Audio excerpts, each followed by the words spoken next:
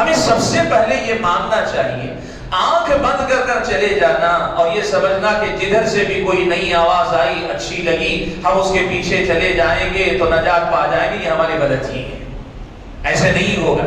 یہ ذمہ داری ہے ہماری کہ ہم یہ مان کے چلیں کہ فتنے ہمارے اور آپ کے دروازوں پہ دستک دیتے رہیں گے، ہمارے اور آپ کے دروازے پر دستک دیتے رہیں گے، میرے اور آپ کے دل و دماغ پہ دستک دیتے رہیں گے۔ ہمارا کام کیا ہے؟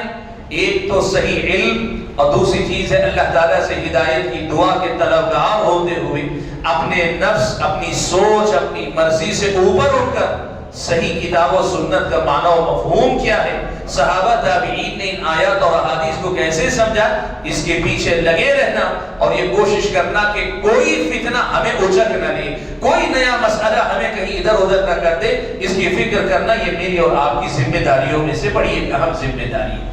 تو پہلی بات جو میں آپ کے سامنے رکھنا چاہ رہا ہوں، ہم یہ سمجھیں کہ یہ سادگی کے ساتھ جینے کا زمانہ نہیں ہے۔ پیارے نبی صلی اللہ علیہ وسلم کا زمانہ کیا تھا؟ بہت سیدھا سا زمانہ تھا۔ صحابی رسول آئے، اللہ کے نبی کے پاس پوچھا، اللہ کے نبی صلی اللہ علیہ وسلم یہ جو آپ کے پاس سے پیغام لانے والا آدمی تھا اس نے بتایا کہ آپ نے کہا ہے کہ مجھے جو ہے اسلام کی 5 بنیادی باتوں پہ عمل کرنا ہے۔ ایک ایک کر کے اس نے گنائی، اس نے ہر بات کے بارے میں، نماز کے بارے میں، کلمے کے بعد نماز، نماز کے بعد زکات، سب پوچھ لیا۔ پوچھنے کے بعد یہ پوچھتا رہا، حل علیہ غیرہا، اے اللہ کے نبی کے اس کے علاوہ بھی کوئی ذمہ داری ہے؟ کہا نہیں۔ اللہ کے نبی سے پوچھا، اللہ کے نبی اس کے علاوہ کیا؟ اللہ کے نبی نے کہا نہیں، اللہ کہ تم نفل پڑھنا چاہو، تم سنتوں کے طور پہ کرنا چاہو، فرض یہی ہے۔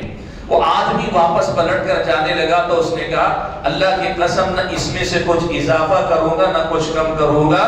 تو اللہ کے نبی نے کیا کہا؟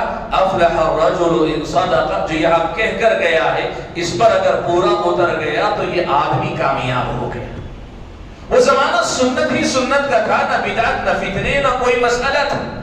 یہ نبی علیہ السلام کا زمانہ تھا۔ اللہ کے نبی نے کہہ دیا، بات ختم، کہا جو آپ نے کہہ دیا بس اس پہ رہوں گا۔ اللہ کے نبی نے کہا اگر یہ بندہ جو یہاں اقرار کر کے جا رہا ہے اس پہ ثابت قدم رہا نا، یہ کامیاب ہو جائے گا۔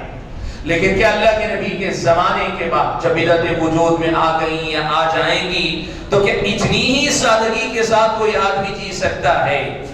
اتنی ہی سادگی کے ساتھ کوئی جی سکتا ہے کہ بھائی مجھے جو دین کے نام پہ ملا میں لے لوں گا، جو دین سمجھ میں آیا اس پہ عمل کر لوں گا اور اسی پہ عمل کرتے ہوئے دنیا سے نکل جاؤں گا؟ نہیں، یہ بات کے زمانے میں ممکن نہیں۔ کیوں؟ اس لیے کہ حالات وہ نہیں رہے جو اللہ کے نبی کی زندگی میں تھے۔ اللہ کے نبی کی زندگی میں کیا تھا؟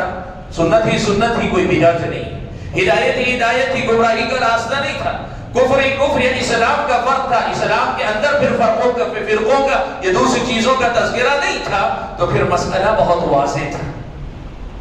آج کے دور میں یہ مسئلہ ویسا نہیں رہ گیا ہے، وہ سادگی بھی آج نہیں چل سکتی، ہمیں ذرا سا چوکنا رہنا پڑے گا، سمجھنا پڑے گا کیا معاملہ۔ دیکھیے بعض علم نے بڑی پیاری بات لکھی، کہا اللہ تبارک و تعالیٰ نے اللہ کے نبی کے زمانے میں نبی کو بھیج کر آزمایا کہ لوگ آپ پر ایمان لاتے ہیں کہ نہیں لاتے ہیں، اور نبی علیہ السلام کے زمانے کے بعد اللہ تبارک و تعالیٰ نے ہدایت کے مقابلے میں، دیکھیے اللہ کے نبی جب آئے تو کفر ہی کفر تھا، اللہ کے نبی صلی اللہ علیہ وسلم کو اللہ تعالیٰ نے ہدایت کا علم بردار بنا کر بھیجا، اس کفر کے مقابلے میں آپ ہدایت کے علم بردار، لوگوں کی آزمائش ہوئی، اللہ کے نبی کے ذریعے لوگ آزمائے گئے، آپ پر ایمان لانا ایک آزمائش تھا، لوگ ایمان لائے۔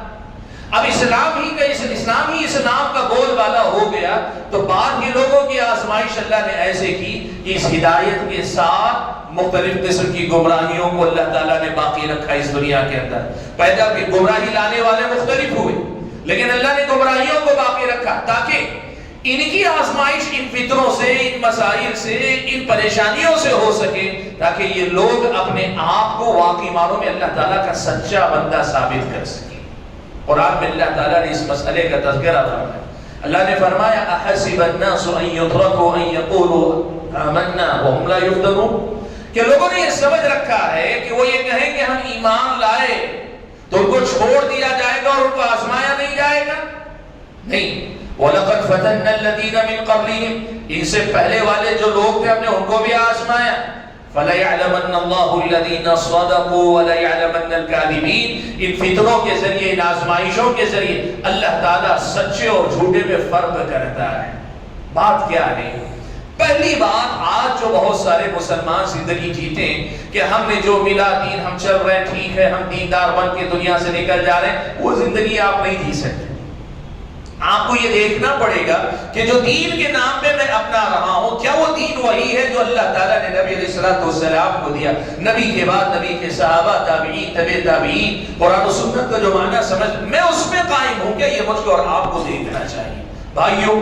تو پہلی بات جو میں نے شروع کی وہ یہاں لا کے روک رہا ہوں، پہلی بات کہ سادگی کے ساتھ جینے کا وہ دور نہیں ہے کہ کوئی بھی قرآن کی ایک آیت پڑھ کر اعلان کر دیا، ہم پورے لپک پڑے کہ ارے قرآن کے حوالے سے بات کر رہا ہے۔ کوئی بھی ایک حدیث پڑھ کر، دو حدیث پڑھ کر آپ کے سامنے کہہ دیا، آپ نے کہا ارے وہ قرآن کی حدیث کا حوالہ دے رہا ہے، فوراً اس کے پیچھے لپک پڑے۔ یہ سادگی سے معاملہ نہیں چلے گا اللہ کے بندے۔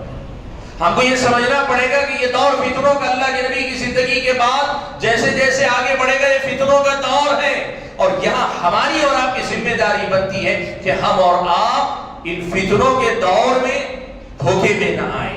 یہ پہلی بات ہے جو مجھے آپ کے سامنے ذکر کرنی تھی۔